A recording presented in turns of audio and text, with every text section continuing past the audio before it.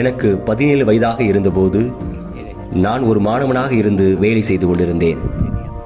நான் எனக்கென்று சொந்த திட்டங்களை வைத்திருந்தேன். நான் ஒரு குருவானவராக வருவேன் என நினைக்கவே இல்லை.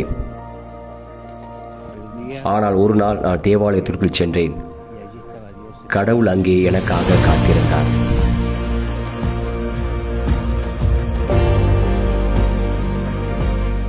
சில சமயங்களில் நாம் கற்பனை செய்ய முடியாத வழிகளில் கடவுள் இன்றும் இளைஞர்களை அழைக்கிறார்.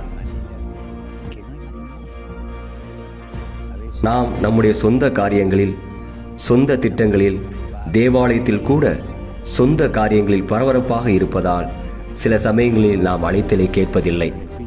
ஆனால் தூய ஆவியானவர் கனவுகள் மூலமாகவும் நம்மிடம் பேசுகிறார்.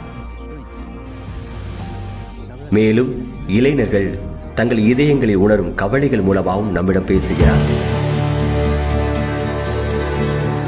நாம் அவர்களோடு பயணிக்கும் போது கடவுள் அவர்களுடன் எவ்வாறு புதிய காரியங்களை செய்கிறார் என்பதை பார்ப்போம்.